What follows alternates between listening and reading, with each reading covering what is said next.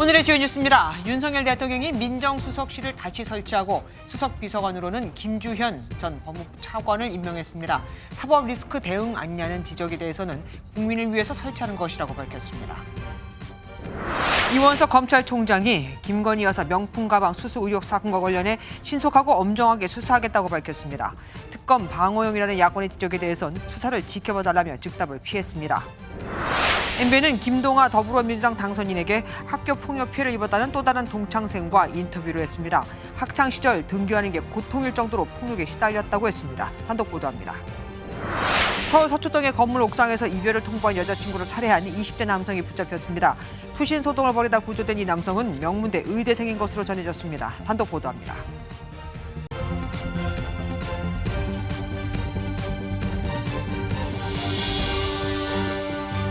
윤석열 대통령이 정치를 시작하면서 폐지를 약속했던 민정수석실을 부활시키고 민정수석에 검찰 출신의 김주현 전 법무차관을 임명했습니다.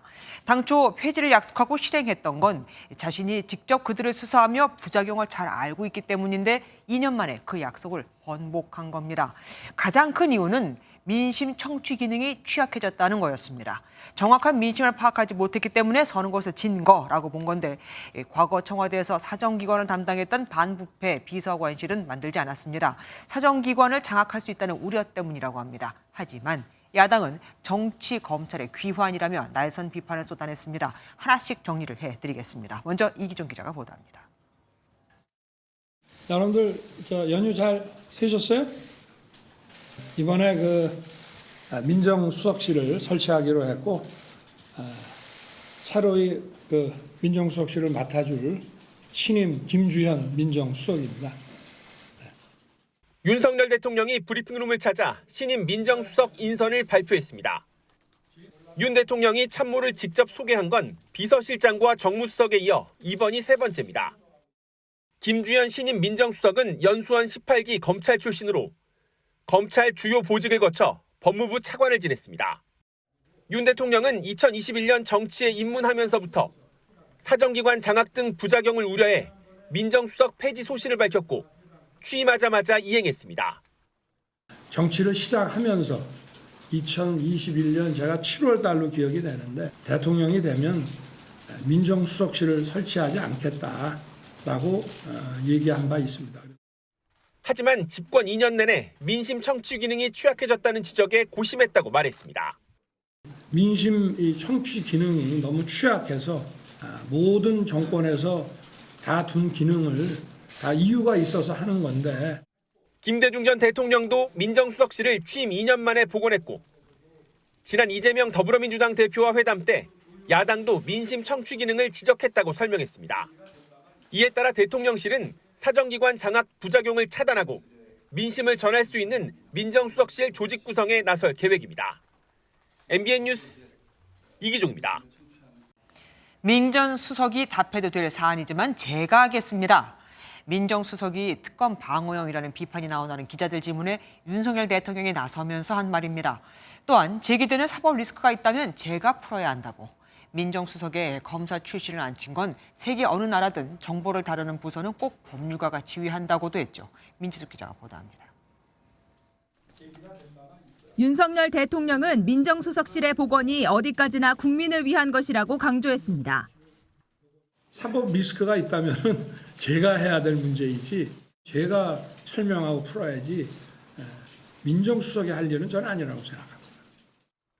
김건희 여사 특검에 대한 방탄용이라는 의혹이 제기되자 민정수석실에 관련 업무를 맡기지 않겠다는 뜻을 밝힌 것으로 풀이됩니다. 대통령이 직접 사법 리스크에 대응할 것을 예고한 만큼 오는 9일 기자회견에서 각종 의혹에 대해 자세히 설명할 가능성이 큽니다. 명품 가방 수수 의혹과 도이치모터스 의혹 등에 대한 전후 사정을 밝히고 송구한 마음을 표하는 방안 등도 여권 안팎에서 거론됩니다. 대통령실의 소통 강화를 위해 보다 적극적인 조치가 필요하다는 목소리도 나왔습니다. 민심을 살피고 또 소통하고 그런 모습을 하려면은 제2부속실이 정식으로 필요하다. 앞서 대통령실은 김 여사 특검법에 대해 거부권을 행사한 직후 제2부속실 부활과 특별감찰반 임명을 언급했지만 후속 조치는 이루어지지 않았습니다. MBN 뉴스 민지숙입니다. 신설되는 민정수석실은 기존의 공직기강 비서관과 법률비서관의 민정비서관을 새로 만들어서 모두 3개의 비서관실로 구성될 예정입니다. 법무부로 넘겼던 공직 후보자 인사 검증 기능은 다시 대통령실로 갖고 올 것으로 보이고요. 야당은 총선 패배 후 약해지는 사정기관의 장악력을 높이기 위해서 민정수석을 부활시킨 것이라며 비판했습니다. 전정인 기자입니다. 취임 일성으로 가감없이 민심을 청취하겠다고 밝힌 김주현 신임 민정수석 산하에는 3개의 비서관실이 설치될 예정입니다. 기존 비서실장 직속 조직이던 공직기강 비서관실과 법률비서관실이 민정수석실로 자리를 옮기고 추가로 민정비서관실이 만들어집니다. 종전에 없던 민정비서관실을 새롭게 만들어서 이제 주로 민심을 청취하는 그런 기능을 하게 되겠고요. 민정비서관에는 이동욱 행정안전부 대변인이, 공직기강 비서관에는 이원모 전 인사비서관이 내정된 것으로 알려졌습니다. 전 정부까지 사전 업무를 담당했던 반부패 비서관실은 별도로 두지 않기로 했습니다. 다만 법무부로 넘긴 공직 후보자 인사 검증 기능을 다시 환원하고 대통령 친인척 관리 기능도 수행할 가능성이 있습니다. 이와 관련해 대통령실 고위 관계자는 조직을 이끌어가는 사람의 뜻이 중요할 것이라며 신임 수석이 협의해서 만들어 나갈 것이라고 말했습니다. 야당은 민정수석 부활이 총선 패배 후 약화되는 사정기관 장악력을 높이려는 의도라고 비판했습니다. 민정수석 부활을 통해 총선 민의를 외면하고 검찰 장악을 통해 가족을 사법 리스크에서 구하는 데 골몰할 것임을 분명히 했습니다. 윤 대통령은 당초 대통령실 슬림화를 표방했지만 대통령실은 계속 몸집을 불리며 3실장 7수석 체제로 확대됐습니다. MBN 뉴스 전정인입니다. 특검 방어용이라는 비난 때문일까요? 이원석 검찰총장이 김건희 여사의 명품 가방 수수 의혹에 대해 신속하고 엄정하게 수사하겠다는 입장을 재차 밝혔습니다. 청탁금지법상 배우자에 대해선 처벌 규정이 없지만 명품백이 건네진 동기를 확인하기 위해서는 김 여사 조사가 필수이기에 김 여사는 물론 상황에 따라서 윤석열 대통령도 조사 대상이 될 수 있습니다. 선원빛 기자가 보도합니다. 김건희 여사의 청탁금지법 위반 혐의 고발 사건에 대해 이원석 검찰총장이 철저히 수사하겠다고 밝혔습니다. 오로지 증거와 법리에 따라서만 신속하고 엄정하게 수사하고 또 처분할 것이기 때문에 특검 방어용이 아니냐는 지적엔 즉답을 피했습니다. 저는 추후에 또 말씀드릴 기회가 있을 겁니다. 앞서 서울의 소리는 김 여사가 지난 2022년 9월 최재형 목사로부터 300만 원 상당의 명품 가방을 받는 모습을 보도하고 윤 대통령 부부를 검찰에 고발했습니다. 핵심은 김 여사가 받은 명품 가방과 윤 대통령 사이의 직무 관련성 여부입니다. 청탁금지법은 공직자의 배우자가 직무 관련성이 있는 금품을 회당 100만 원 넘게 받아선 안 된다고 규정하고 있습니다. 직무 관련성을 확인하려면 가방을 주고받은 최 목사와 김 여사에 대한 조사가 필요합니다. 검찰 안팎에선 직무 관련성이 입증된다면 윤 대통령도 조사 대상이 될 수 있다는 전망도 나옵니다. 배우자가 직무 관련성이 있는 금품을 받으면 기관장에게 신고해야 하는데 윤 대통령이 신고를 했는지 확인이 필요하기 때문입니다. 다만 윤 대통령 본인이 기관장이기 때문에 신고 의무가 없다는 의견도 있습니다. 지난주 검사 3명을 보강하며 전담 수사팀을 꾸린 검찰은 고발인 조사를 시작으로 수사를 본격화할 계획입니다. MBN 뉴스 선남희입니다. 더불어민주당 서울 서대문갑에서 당선된 청년 정치인 김동아 당선인은 MBN의 학교폭력 의혹 보도 이후 정치적 음해라고 반박했죠. 전혀 사실이 아닌 허위라면서요. 하지만 MBN은 또 다른 피해자의 목소리를 들을 수 있었습니다. 김 당선인 때문에 매일 학교 가는 게 고통이었다면서요. 김도현 기자가 단독 보도합니다. 더불어민주당 김동아 당선인의 고등학교 학창시절 동창생 이 씨를 취재진이 직접 만났습니다. 이 씨는 자신 역시 김 당선인에게 학교 폭력을 당한 사실을 어렵게 털어놨습니다. 괴롭힘은 고등학교 재학 시절 내내 이루어졌다고도 덧붙였습니다. 항상 매일 그 친구에게 시달렸거든요. 만나면 등을 주먹으로 이렇게 치고 이러면 척추다 보니까 많이 아프잖아요. 괴로웠었어요. 이어 약한 친구들의 신체적 약점을 잡아서 놀린 적도 많았다며 그 당시는 별로 기억 안 하고 싶다고 덧붙였습니다. 또 야간 자율학습 시간에 자신을 불쾌하게 했다는 이유로 다른 친구를 다리로 내리찍는 것도 목격했다고 밝혔습니다. 그냥 마음의 상처죠. 그냥 계속 이렇게 괴롭힘 당하고 얼굴 보기가 싫었어요. 이 씨는 김당선인과 보낸 고등학교 시절을 기억하면 학창 시절이 늘 고통이었다며 김당선인이 사과를 한다고 해도 받아줄 용의가 없다고 강조했습니다. 이제 와서요? 안 받아줄 것 같아요. 이 시대라면 제가 봤을 때 학폭위가 열리지 않을까. 요즘 애들이 맞고 삽니까? 김당선인은 MBN 취재에 대해 취재 과정이 왜곡돼 있다면서 사실 무근이란 취지로 답변해왔습니다. MBN 뉴스 김도형입니다.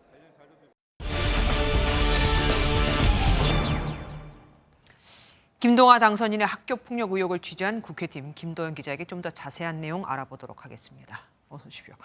김 기자, 지난주 보도에 이어서 오늘까지 보도에 등장한 피해자가 지금 일단은 2명입니다.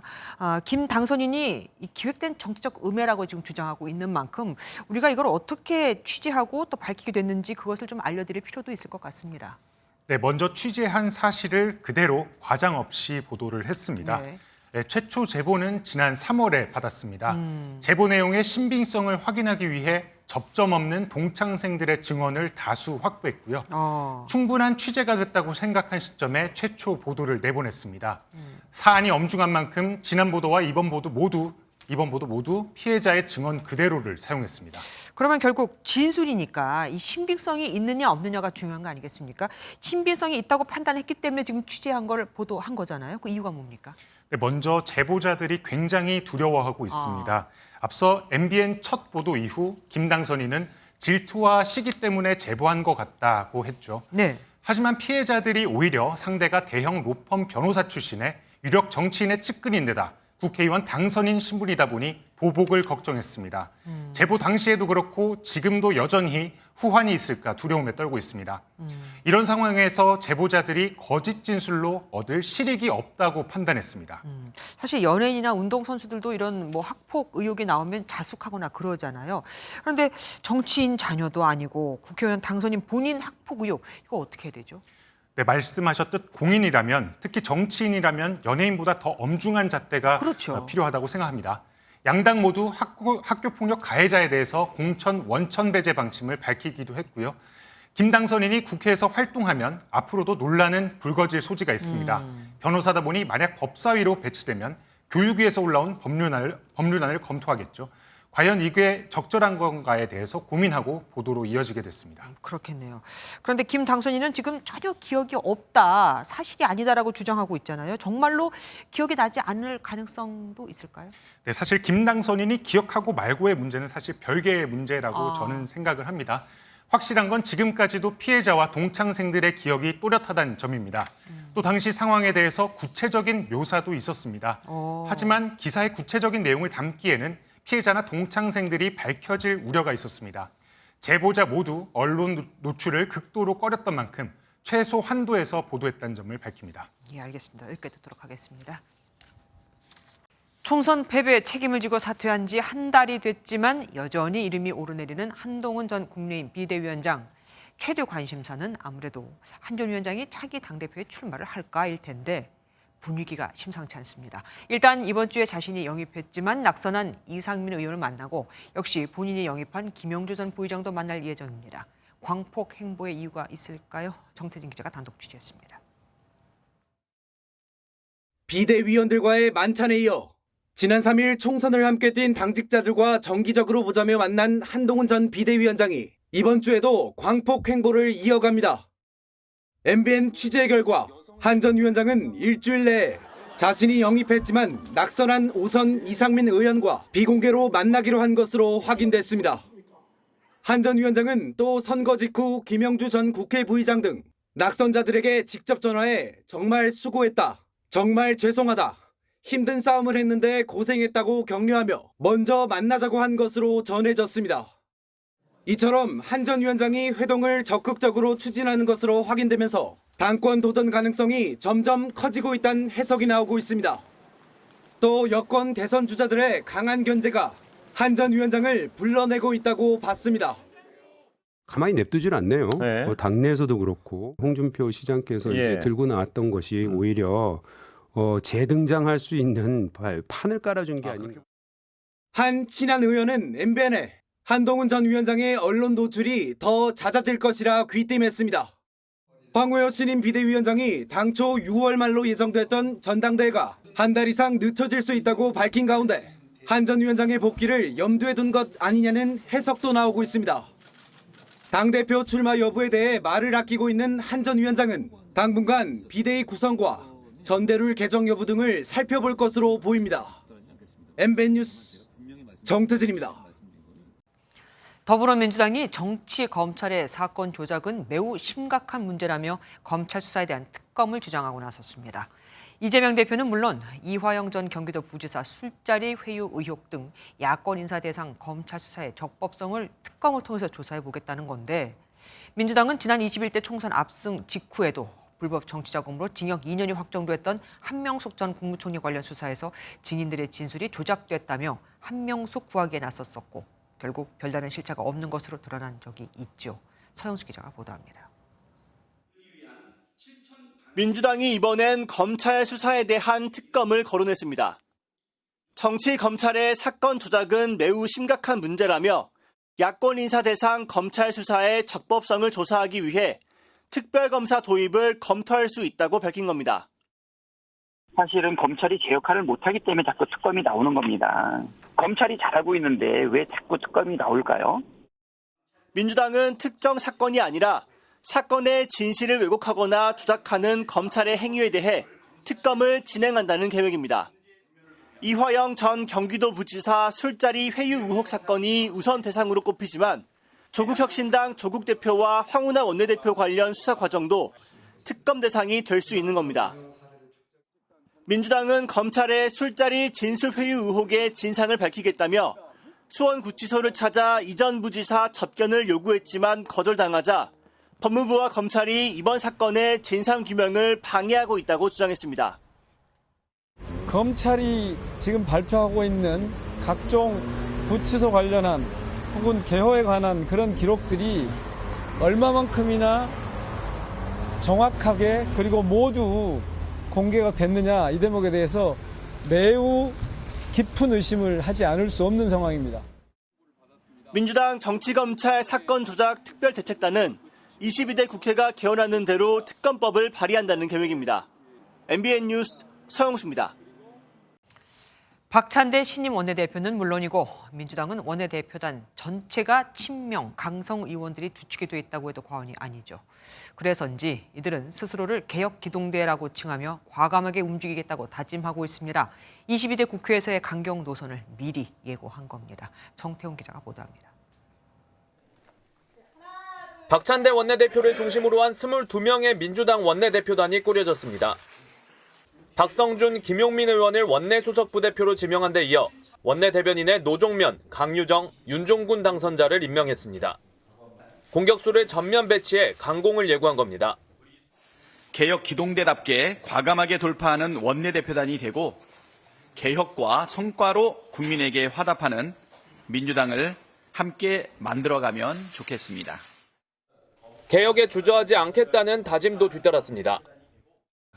특히 검찰개혁을 포함해서 사회 근간을 바로 세우는 개혁에는 결코 주저하지 않고 박 원내대표 취임 축하를 위해 예방한 홍철우 대통령실 정무수석과의 회동에서도 공세는 이어졌습니다. 전국민 25만 원 민생지원금을 위한 추경 논의는 물론 최혜병 특검법 수용을 압박했습니다. 만약에 거부권을 행사하고 제2기회로 왔을 경우에는 전국이 상당히 또 파란이 있을 것 같으니까 이 최혜병 특검법과 관련돼서 수용을 좀 촉구하는. 박 원내대표는 또 일하는 국회를 위해선 법사위와 운영위 확보는 필수라며 여당이 고집을 부린다면 국회법상 절차대로 선출하겠다고 강조했습니다. 사실상 과반 의석수를 차지한 민주당이 상임위를 독식하겠다는 뜻으로 풀이되는 만큼 22대 국회 출발이 순조롭지 않을 거란 전망이 나옵니다. MBN 뉴스 정태용입니다. 오고 가는 언제 매일 여의도는 전쟁 중 Talk to me. 국회에 출입하는 김지영 기자와 정치 톡톡 함께하겠습니다. 어서 오십시오.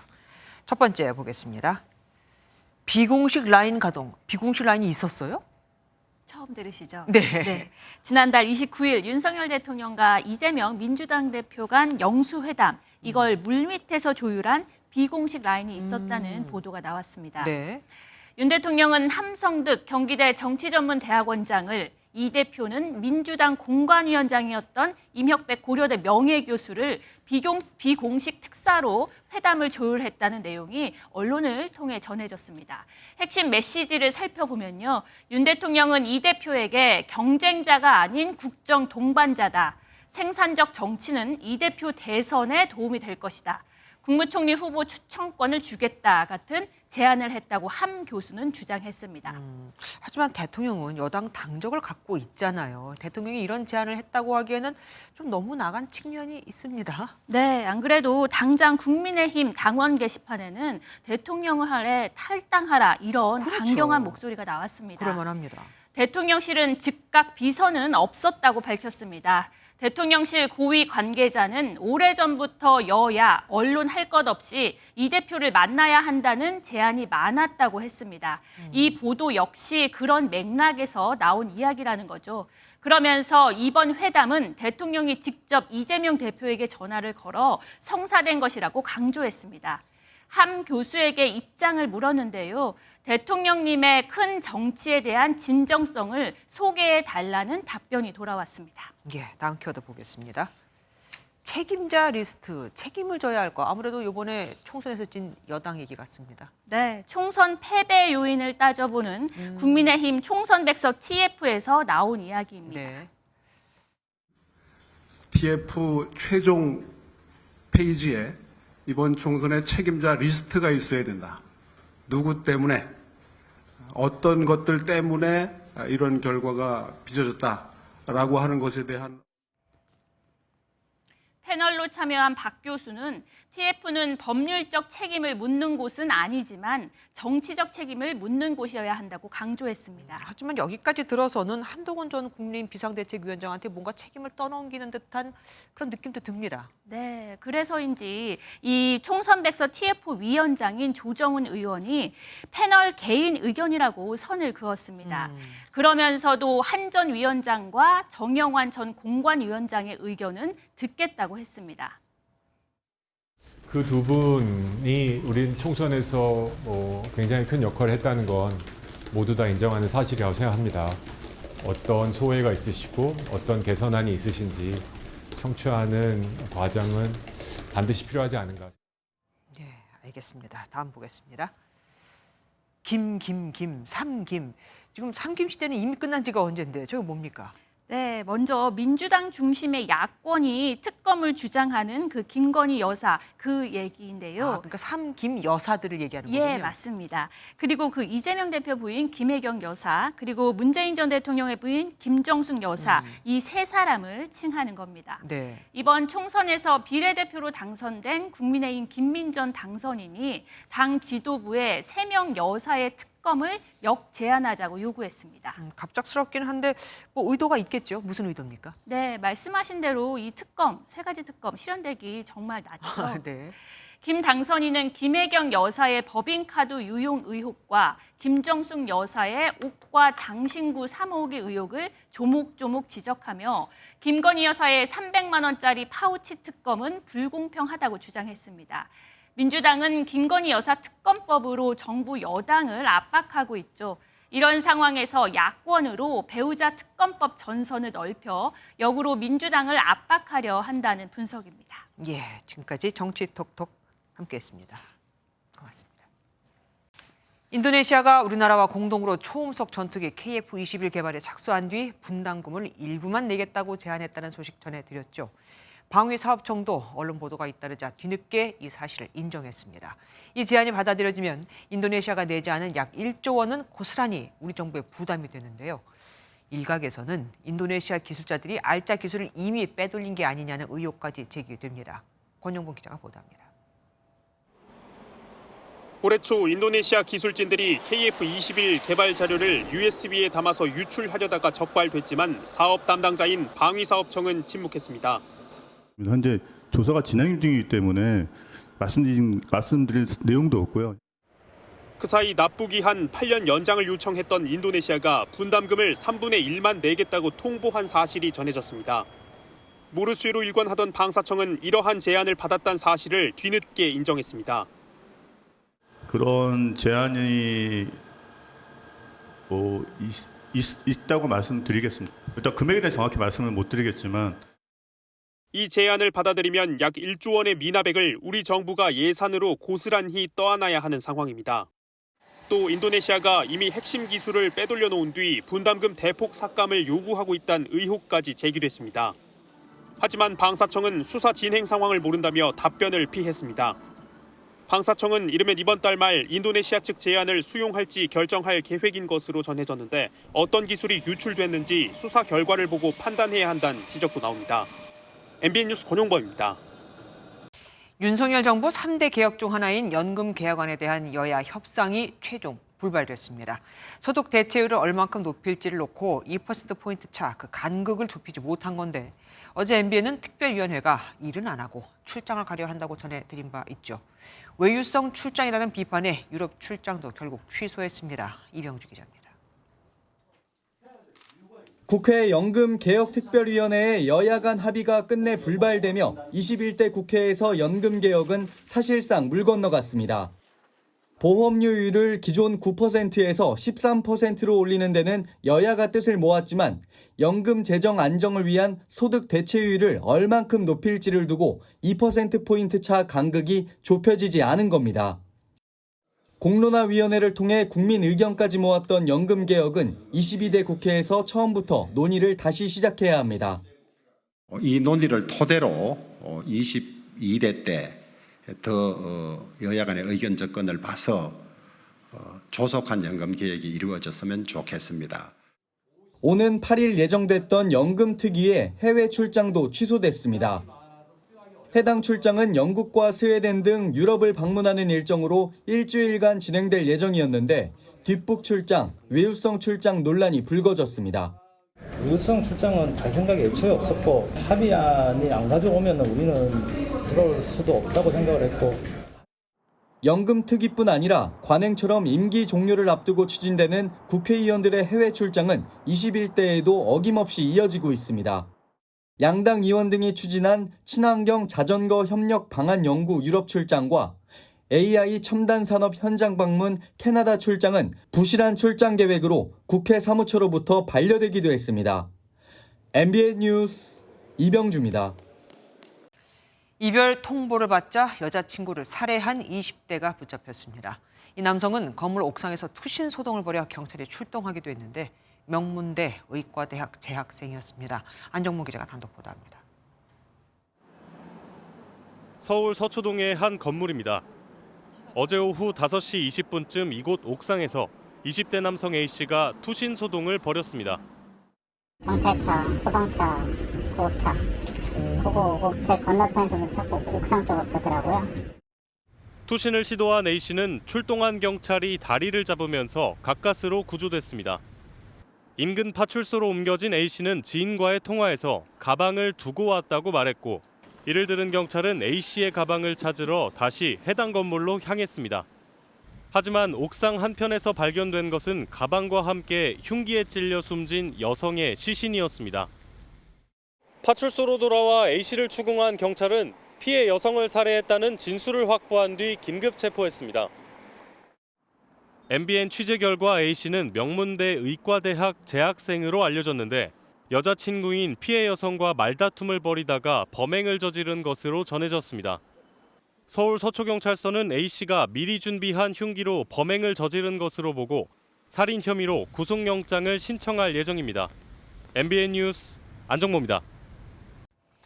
인도를 걷던 50대 여성이 갑자기 빠른 속도로 뒤에서 달려온 차량에 받쳐 숨졌습니다. 편의점으로 출근하던 길에 그야말로 날벼락 같은 일을 당한 건데 가해 차량 운전자는 급발진을 주장하고 있습니다. 급발진 의심 사고 요즘 왜 이렇게 많죠?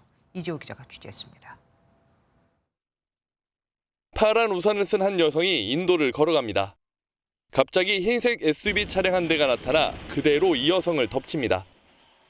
얼마나 속도가 빨랐던지 주차된 차량까지 들이받고 순식간에 날아가 버립니다. 오늘 오전 7시쯤 경기도 수원의 한 주택가에서 60대 남성이 몰던 차량이 사고를 낸 장면입니다. 사고 후에도 속도를 줄이지 못한 차량은 이 전신줄을 들이받고 나서야 멈춰섰습니다. 주변은 말 그대로 아수라장이 됐습니다. 20m 정도 날아가 있었고 그냥 앞에가 다 그냥 파손돼 있는 상태였어요. 경찰서가 CCTV 봤을 때 적어도 한 130, 50은 넘는 속도로 오는 것 같더라고요. 사고를 당한 50대 여성은 편의점 아르바이트를 위해 출근하던 길에 변을 당해 숨을 거뒀습니다. 남성 운전자는 술을 마시지 않았고 급발진을 주장하는 것으로 알려졌습니다. 경찰은 운전자와 함께 탄 아내와 목격자들을 상대로 정확한 사고 경위를 조사할 예정입니다. MBN 뉴스 이조입니다. 수도권에서 무자본 갭 투자 방식으로 빌라 200채를 사들여 100억 원대 전세 사기 행각을 벌이던 일명 하남 빌라왕이 구속됐습니다.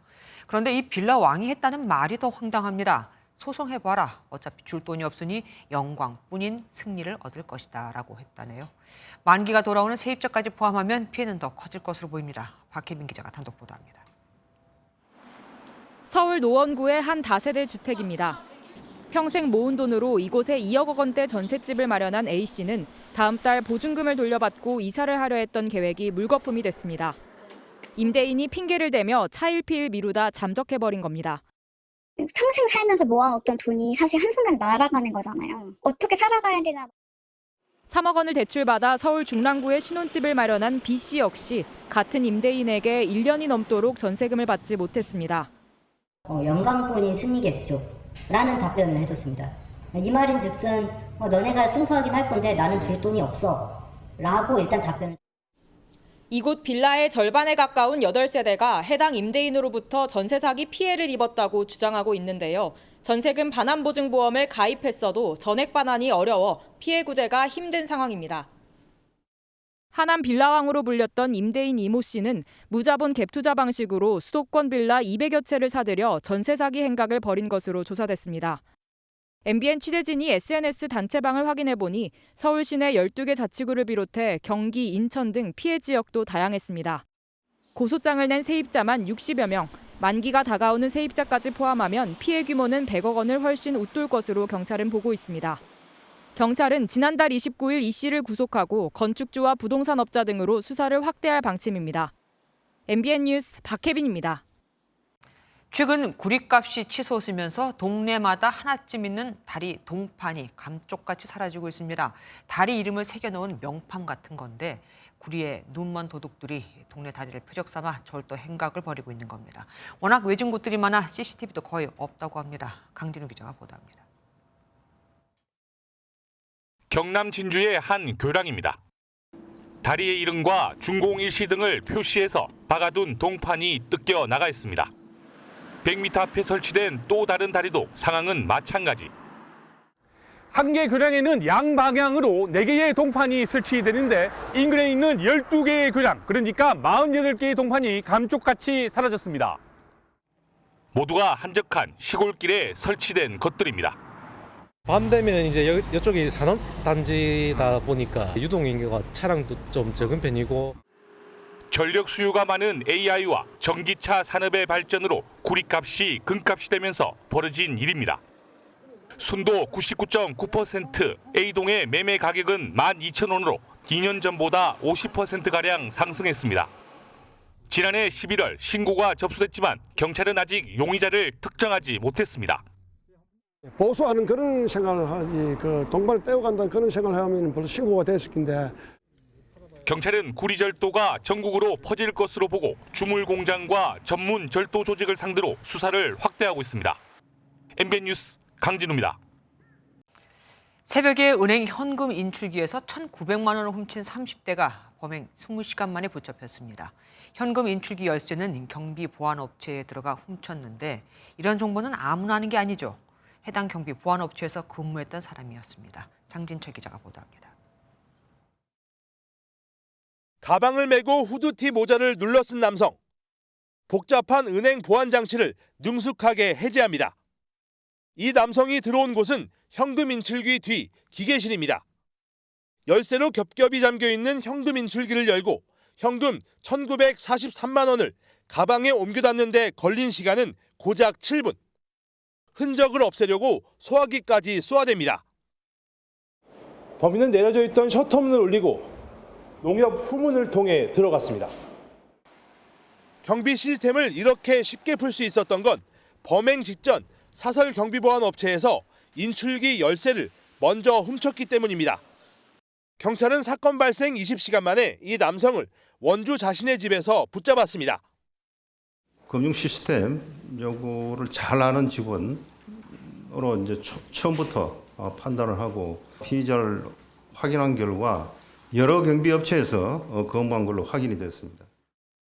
범인은 경보가 울리면 경비원이 언제 도착하는지뿐 아니라 경비원이 어떤 지점을 언제 순찰하는지도 훤히 꿰차고 있었습니다.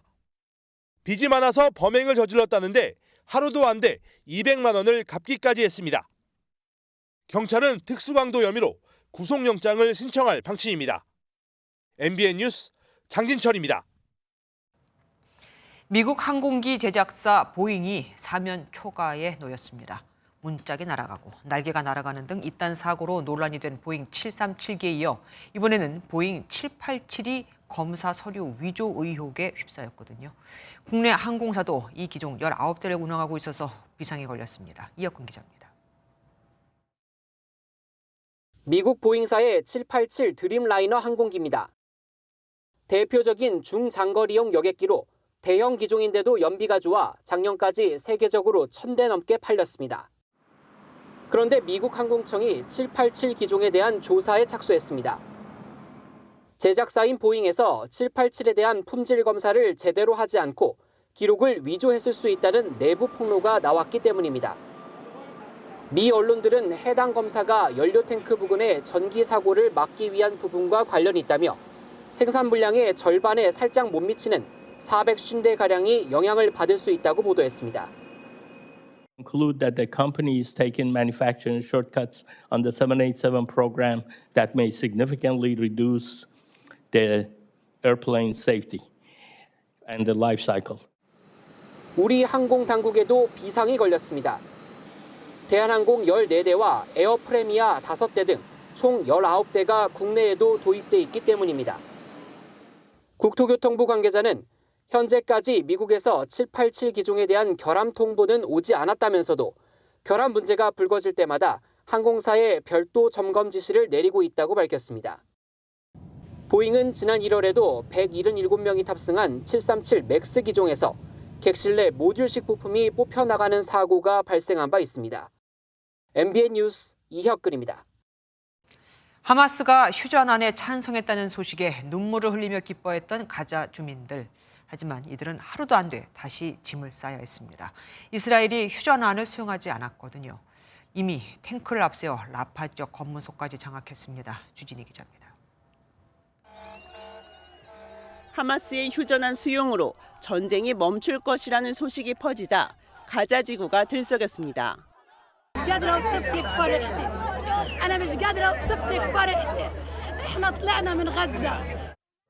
하지만 바로 이스라엘 총리실은 인질 석방을 압박하고 전쟁 목표를 수행하기 위해 라파 작전 지속을 만장일치로 정했다고 전했습니다. 하루도 안 돼 난민들은 다시 수레에 짐을 싣고 떠나야 하는 상황이 된 겁니다. اطلع من رفح، طب وين تروح الناس؟ أين ستذهب كل هذه الجموع 1.5 مليون أو 2 مليون بني آدم وين بدهم يروحوا؟ إلى أين سيذهبون يعني؟ إيش يروحوا على البحر يعني؟ 날이 밝자 이스라엘군은 곧바로 라파 지역의 이집트 국경 검문소를 점령하며 지상전을 예고했습니다. 이집트로 통하는 유일한 통로이자 가장 많은 인도적 물자가 오가는 검문소입니다. 동시에 이스라엘은 휴전 협상단을 파견하기로 했습니다. 하마스가 언론에 공개한 휴전안에서 이스라엘군 철수와 지속 가능한 평온 선언 부분을 이스라엘은 영구적인 휴전이라고 보고 있습니다. demanding a prolonged and extended ceasefire, which de facto would mean the end of the war. Israel ostensibly and officially cannot agree to that because that leaves the entire Gaza operation in limbo. 이스라엘의 라파 작전은 하마스에 대한 압박 차원이라는 해석이 나오는 가운데 현지 시간 7일 이집트에서 미국 등이 참석한 가운데 다시 협상이 이루어질 전망입니다. MBN 뉴스 주진입니다. 중국에 있는 병원에서 흉기 난동 사건이 발생해 20명 이상이 죽거나 다쳤습니다. 용의자는 현장에서 바로 체포됐는데 범행을 저지른 이유는 아직 알려지지 않고 있습니다. 베이징에서 윤석정 특파원입니다. 병원 바닥에 사람들이 피를 흘리며 쓰러져 있습니다. 의료진은 다급하게 환자들에게 응급처치를 합니다. 오늘 오후 1시쯤 중국 윈난성의 한 병원에서 흉기 난동 사건이 벌어졌습니다. 목격자들은 한 남성이 병원 안에서 흉기를 들고 사람을 해치고 다녔다고 전했습니다. 정확한 사상자 규모는 알려지지 않는 가운데 현지 언론들은 2명이 죽고 20명이 넘게 다쳤다고 보도했습니다.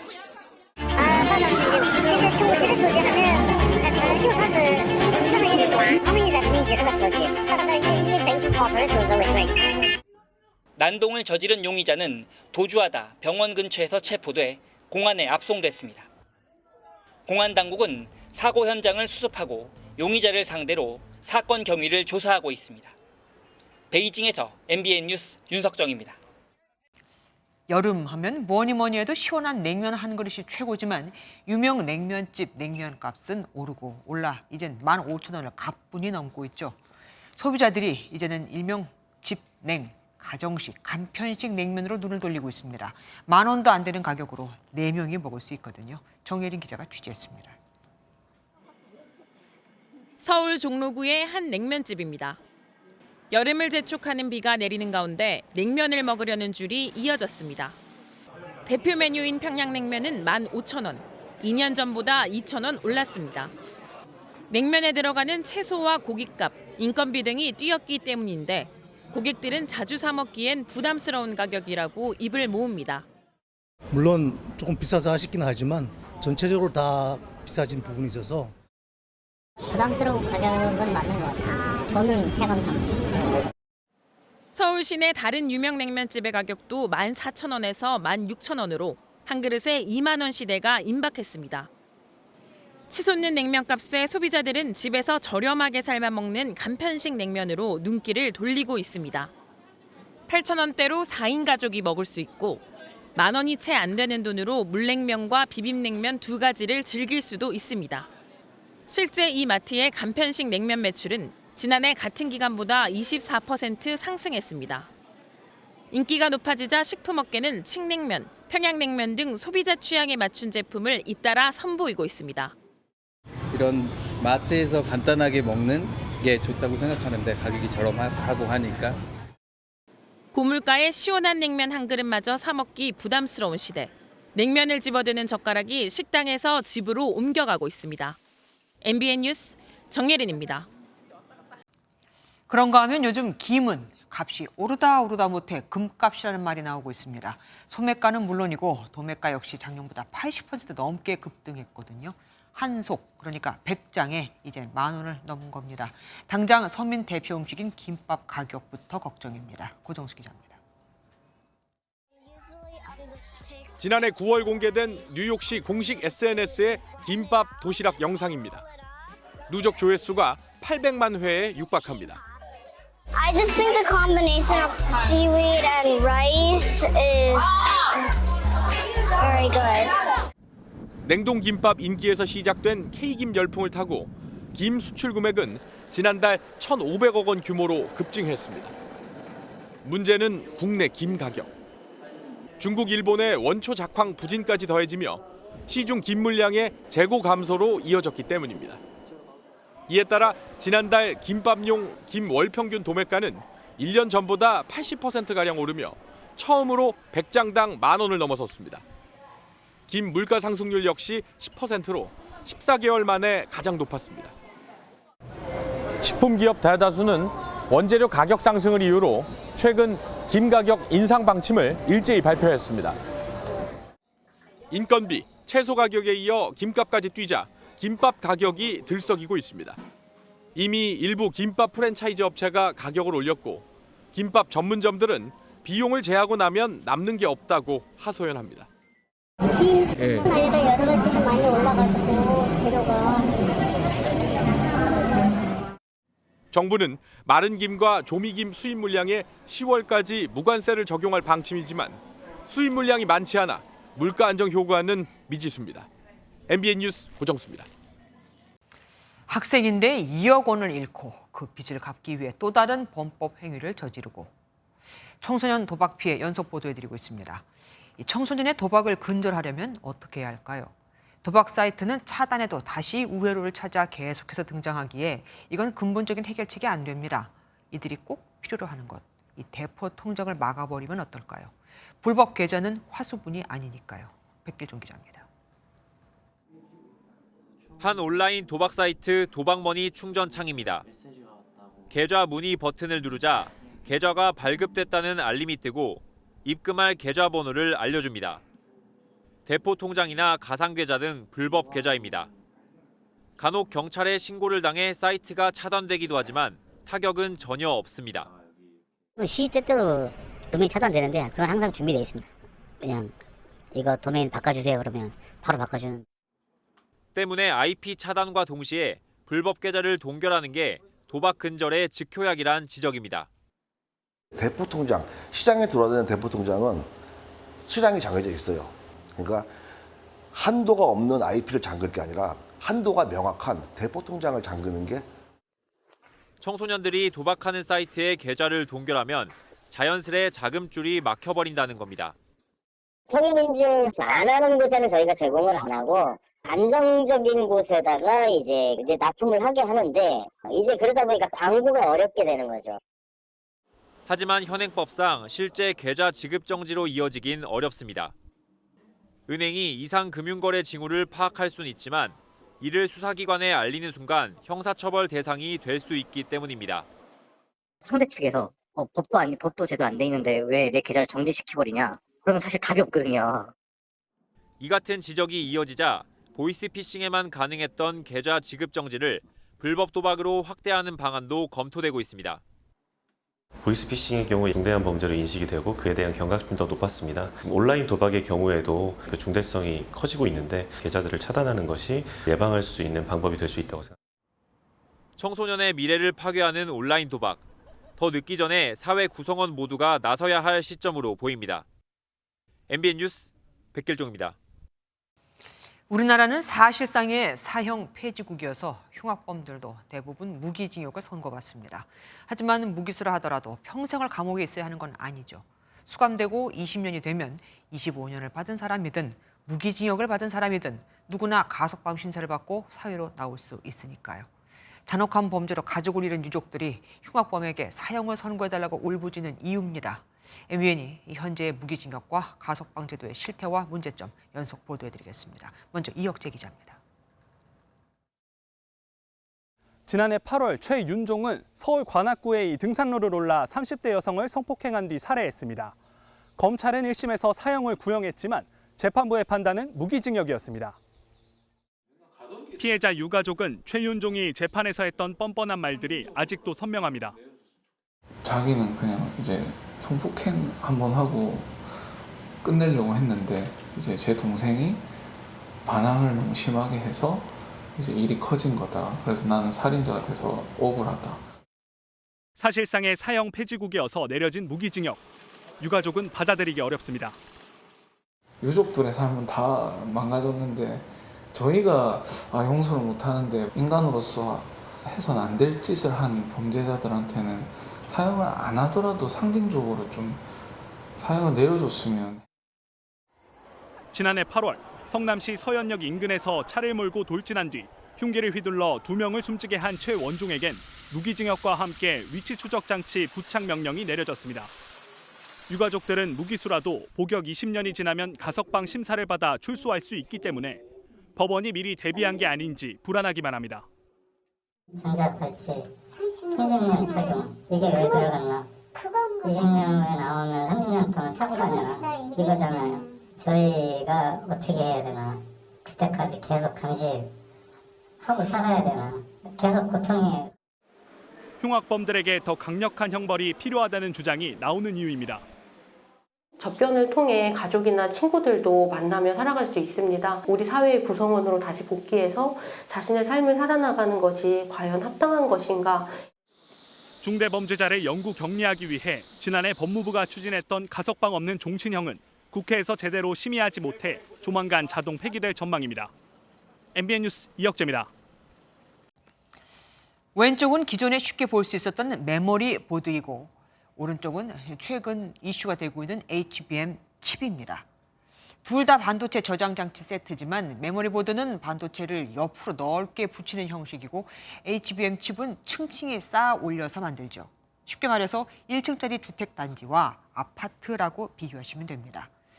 옆으로 벌리지 않고 위로 쌓다 보니 차지하는 면적이 작아서 컴퓨터나 데이터 센터의 크기를 획기적으로 줄일 수 있죠.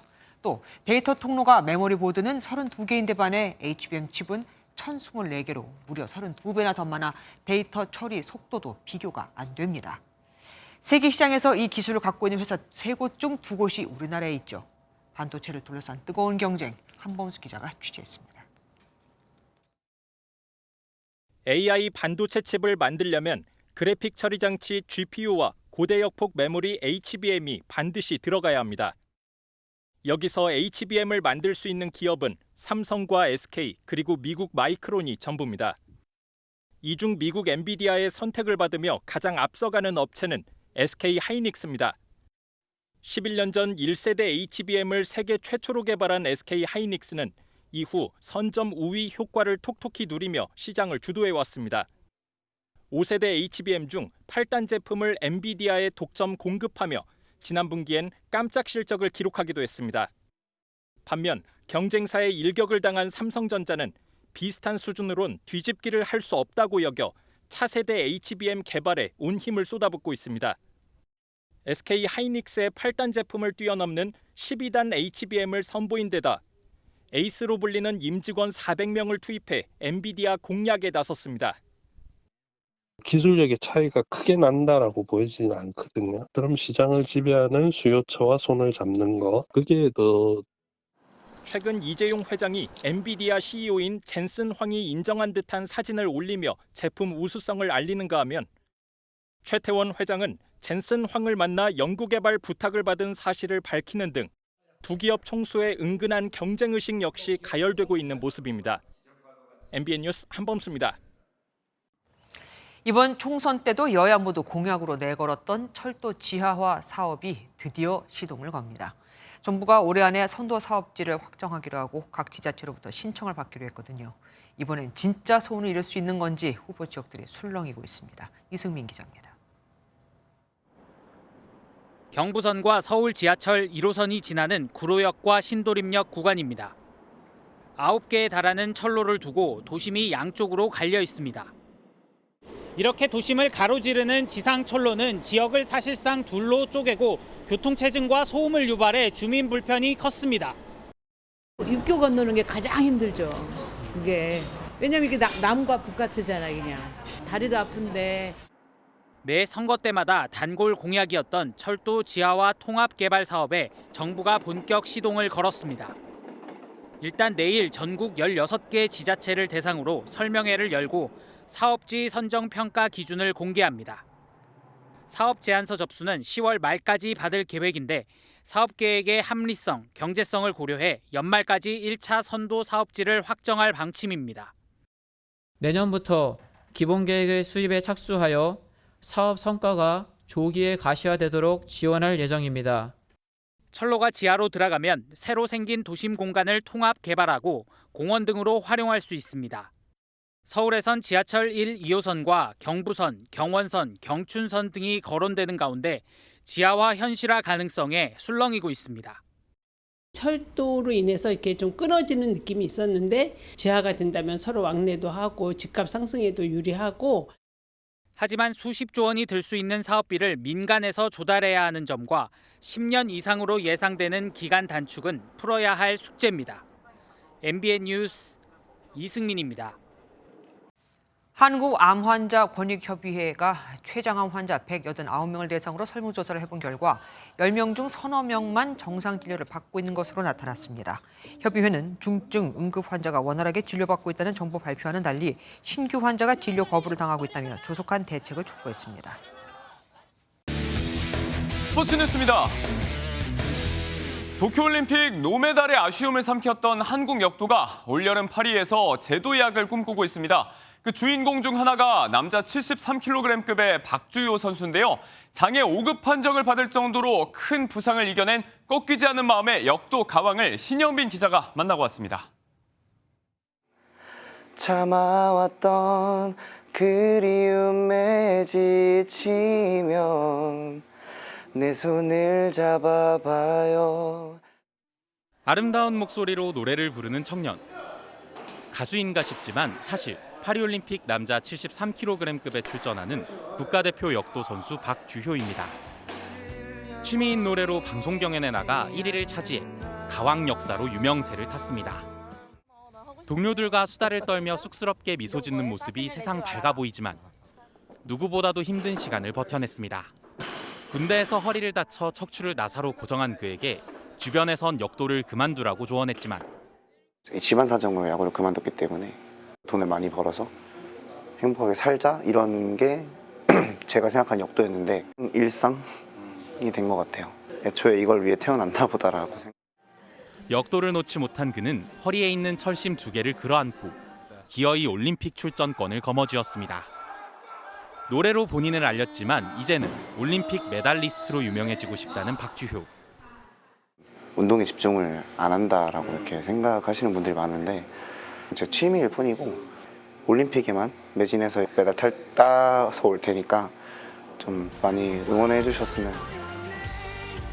꺾이지 않는 마음으로 바벨을 잡고 구슬땀을 흘리는 그의 시선이 파리에서 가져올 메달을 향하고 있습니다. MBN 뉴스 신영빈입니다. 여전히 전국 곳곳으로 약한 비구름이 지나고 있습니다. 이 비는 내일 새벽까지 좀 더 이어지겠습니다. 양은 대체로 5에서 20mm가 예상되고 수도권에도 5mm 미만의 약한 비가 내리겠습니다. 비가 그치고 내일 오후부터는 전국 하늘 맑게 드러나겠습니다. 따스한 봄 햇살에 기온도 쑥쑥 오를 텐데요. 내일 서울 낮 기온은 21도, 주 후반에는 23도까지 올라서 평년 기온을 회복하겠습니다. 내일 오전까지 경상권 해안과 제주로는 초속 15m 안팎의 강한 바람이 불겠습니다. 당분간 동해안으로는 너울성 파도를 주의하셔야겠습니다. 자세한 지역별 내일 기온입니다. 중부지방 낮 기온은 서울이 21도, 춘천이 22도까지 올라서 오늘보다 5에서 6도가량 높겠습니다. 영남 지역 낮 기온은 오늘과 비슷하거나 약간 더 낮을 텐데요. 부산은 18도에 그치겠습니다. 오는 주말에는 다시 전국에 비가 내릴 전망입니다. 내셨습니다.